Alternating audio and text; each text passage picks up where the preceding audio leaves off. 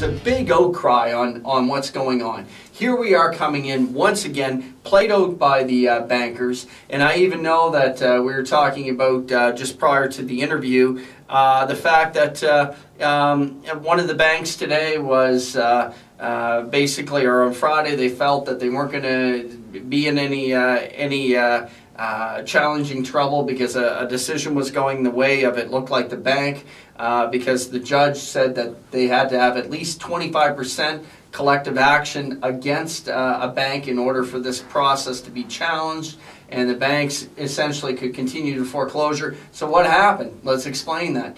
The Attorney General's office worked with some certain other entities, put together more than 25% of a group, and went back after the bank.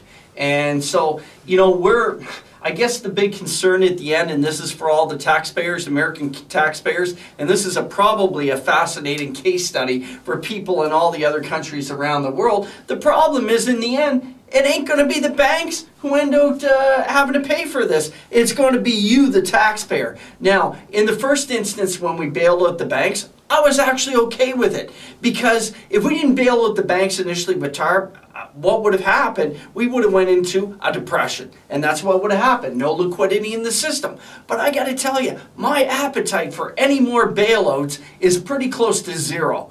And there has to be accountability this time. And these bankers should be on the line personally, like they are in other countries around the world, for these completely intolerable decisions. And this is where they can continue to make these type of decisions, so they continue to do these type of actions and issue huge bonuses, because in the end, there's no accountability. They're not tied to it personally. They can walk away from it. So let's take this now to where it is today. You got Joe homeowner out there, and he's looking at, okay, well, my house is going into foreclosure.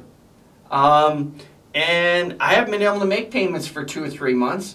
What are my options? Right. Well, let's talk about, just for fun, let's talk about some of their options right now. Well, we'll throw some fun and reality. Yeah. We'll use Nevada, a good example. Yeah. Any judiciary state, Nevada's a non-judicial state, but if you, in Florida or any of the other 23 judicial states, you have to go through it in front of a judge, and there has to be the correct paperwork, usually the original deed, which sometimes they can produce it, sometimes they can't. If they can't produce it, then they have to file other paperwork in order to show that the debt is theirs. If it was, the original note was lost, and you have one creditor, it's fairly simple. But with the sale of all these mortgages several different times, sold to numerous people, it's very hard to track. So let's go back to Nevada. And many people say that if it's a non-judicial state, this doesn't concern them. Well, many of these non-judicial states have put in programs that almost make it a judicial state, because you have to bring in similar paperwork that you do in the non-judicial. For example, in Nevada, they have mediation. If you're an owner-occupied homeowner and you get a notice of default, you have 30 days to challenge it in mediation. Now, when you go to mediation, you have a mediator, the bank, and the homeowner. And you have to bring the note, you have to bring the paperwork that shows you own the debt, and the correct paperwork. Now, that's very similar to a judicial state. If you don't bring the correct paperwork, they postpone it. Because you can't foreclose in Nevada on an owner-occupied homeowner unless you have the correct paperwork, and you have to deal with them in a fair manner to modify their loan, to reduce the principal, or whatever could help keep the homeowner in the home. And who decides? The mediator decides if the bank is dealing in fair play. If they are, then, and the homeowner still cannot afford the home, then they are awarded a certificate that they can foreclose on the homeowner. Well, if they don't get that foreclosure, if they don't get that certificate, they can't foreclose on them. So all of this is now tied to one person gets to decide, if it's an owner-occupied home in the state of Nevada, if that homeowner can get foreclosed on. And right now, there's some 3,000 homeowners that are in mediation purgatory, or foreclosure purgatory, which means they don't have a resolution to their loan, and they don't have the certificate, the bank doesn't have the certificate to get foreclosed on. And that number is rising and rising. That doesn't include the 4,000 to 5,000 people that are waiting for an appointment. The average time to get an appointment is 4 months. The first appointment, usually, the bank doesn't have the correct paperwork because there's a stringent list the bank has to bring. Or they don't have it, they can't find it yet, they haven't had it, so it's another 4 months. So now you have a homeowner that's in that house 8 months.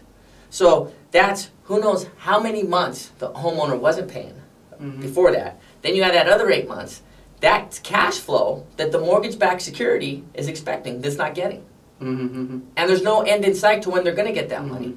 Because they don't have the paperwork many times to produce that. What's their strategy then, Steve? Because we have a situation where we've got a lot of homeowners out there, and there's a big new thing that just a new word, another new word that's come out is the word strategic default.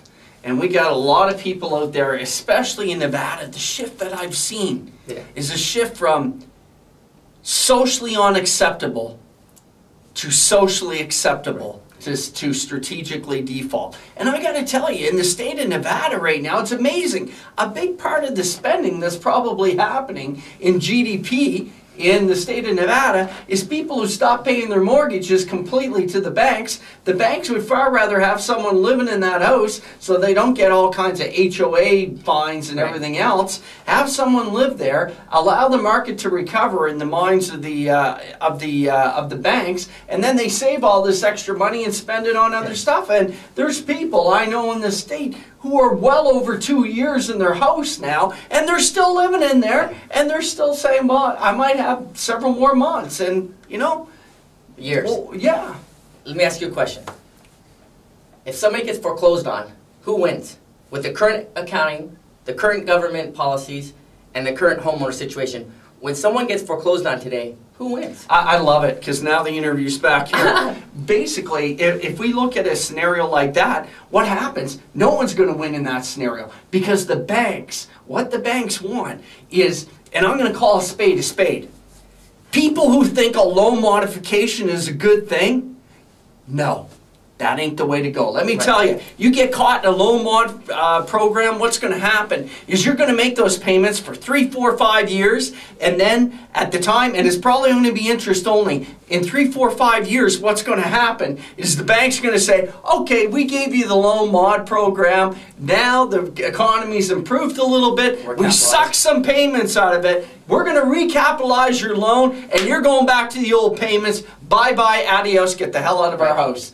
And so be very, very careful on the loan modification program. I'd strongly urge, and I think a much better way for people to go is if they go for a short sale. You know why? The banks are going to absolutely crave and have to accept short sales now, because if they go for the loan modification program, or homeowners are challenging them everywhere, they're going to be absolutely buried. But a short sale, they get a big loss. They slowly move the homes out, but they start doing accepted short sales. That's the way to go. This guy's the expert in short sales. As a matter of fact, let's put in a quick little commercial for you. He's speaking November 9th at the Orleans Hotel in Las Vegas here, and at 7 p.m. he's going to start up and he's going to talk about the short sale process. So that's definitely an event that you should come out and see. 7 p.m. Orleans Hotel, name of the organization, Las Vegas Real Estate Club. He'll be speaking there.